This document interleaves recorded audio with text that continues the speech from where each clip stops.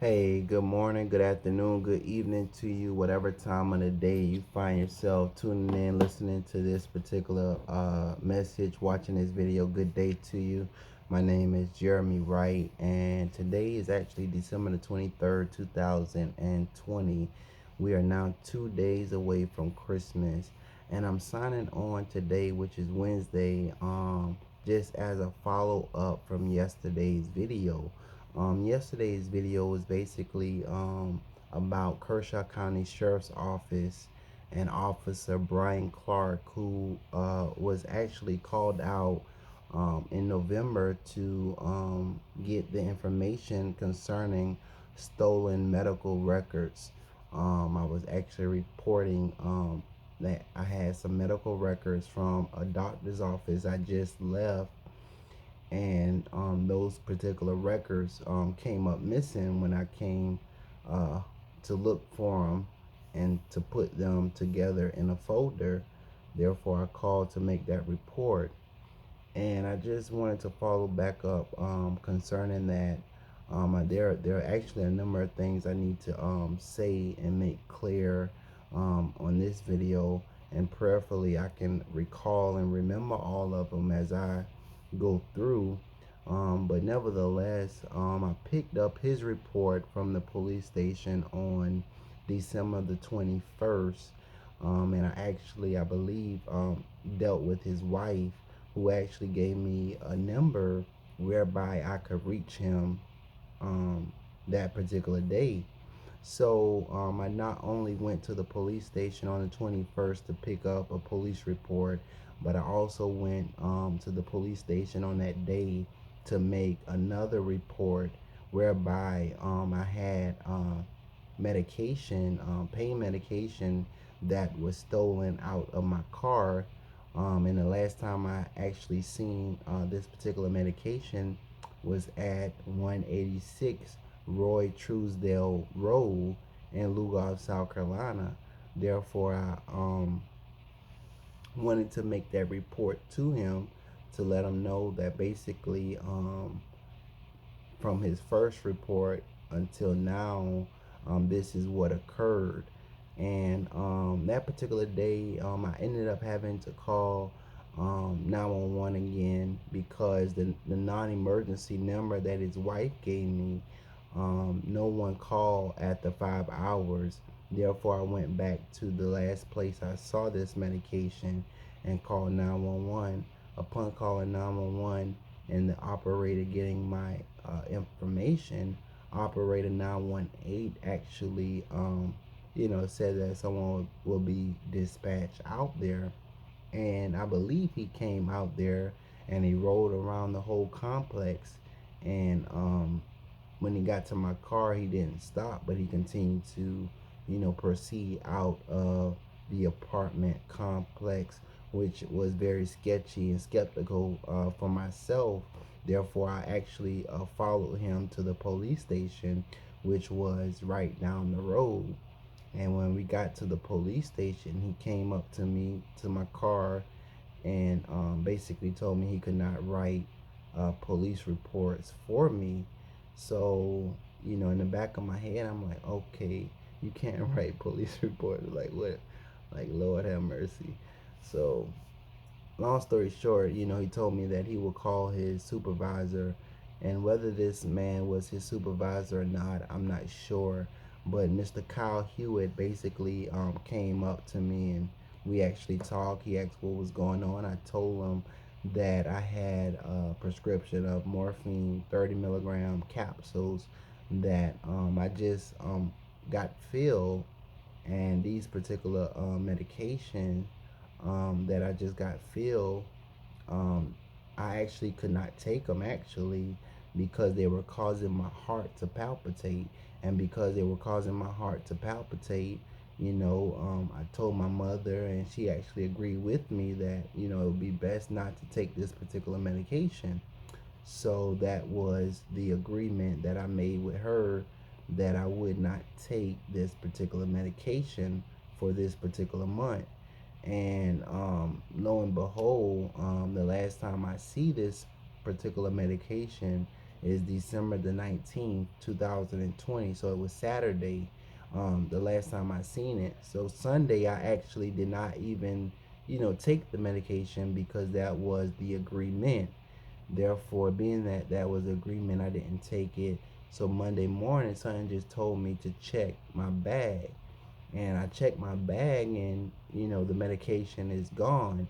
Therefore, being that this medication is now out of my bag, I'm like, okay, well, I need to actually make a police report because that bottle actually has my name on it, and because that bottle has my name on it, I'm responsible.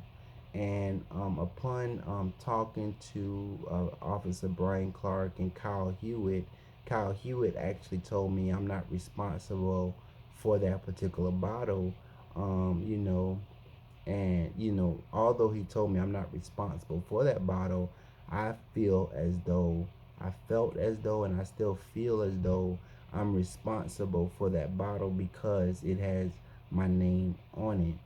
And we actually sat there, and I told him, well, because you said that I'm not responsible for that bottle, let me get your name and your information, because the last thing I would need is that type of thing falling back on me and someone accusing me of doing something that I did not do.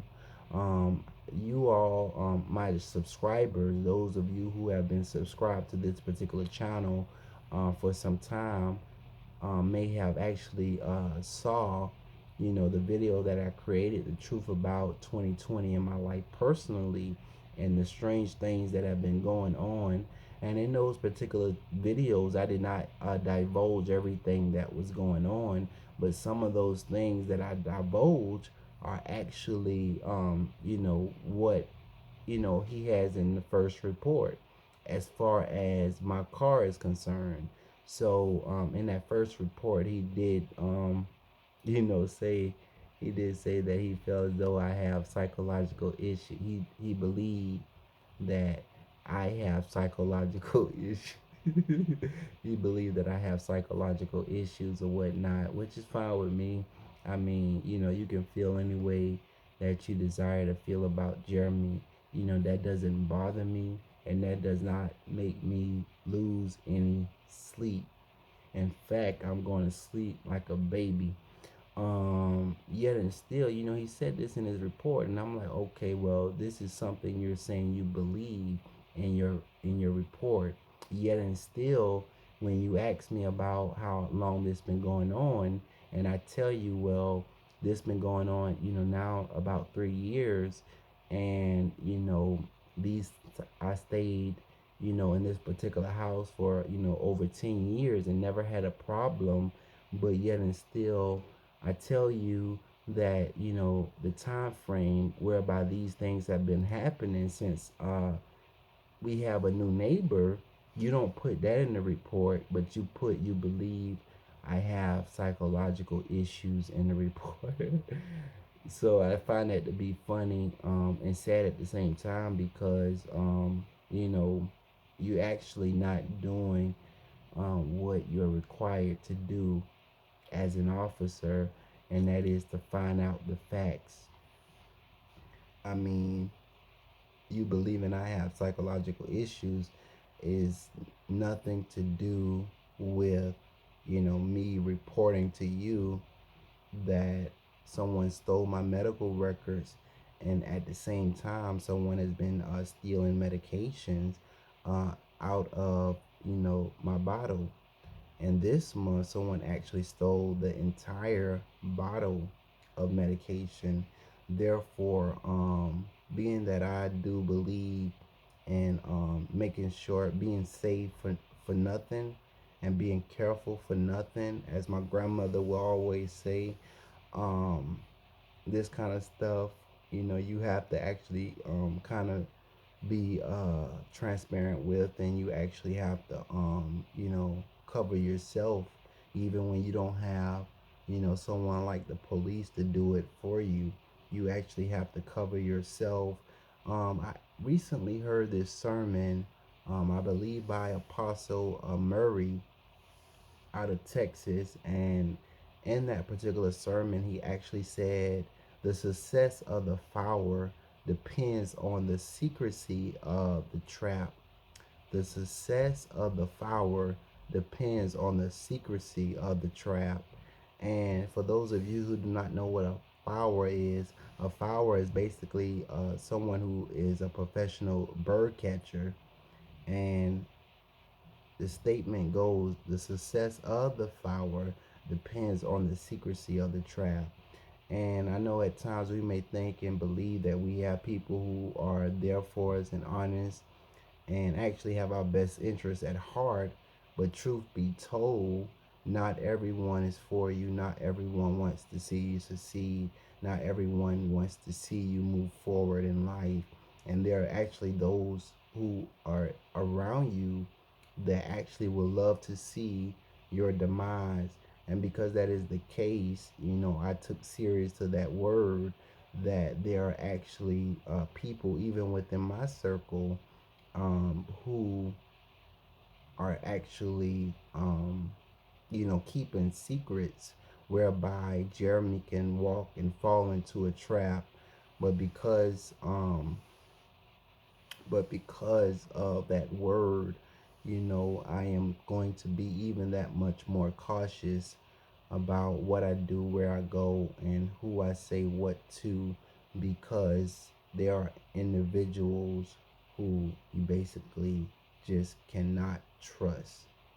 And that is where I am. Unfortunately, if you do not like that, I mean, that's just where I am in life. And I have to say this, unfortunately, it's almost like one of those things where you get in a place in your life where you are able to move forward and everything is conducive for you to move forward. Then you have another obstacle, another hurdle right before you to prevent you from doing what it is that God would have you to do. But thanks be to God for the strength to continue to keep it moving in the face of opposition, in the face of trials, tribulations, and even storms. As my brother and I love to say, we keep it pushing round here. Therefore, we do not allow obstacles to stop us. And I know for myself, I would definitely not allow any obstacle to stop me.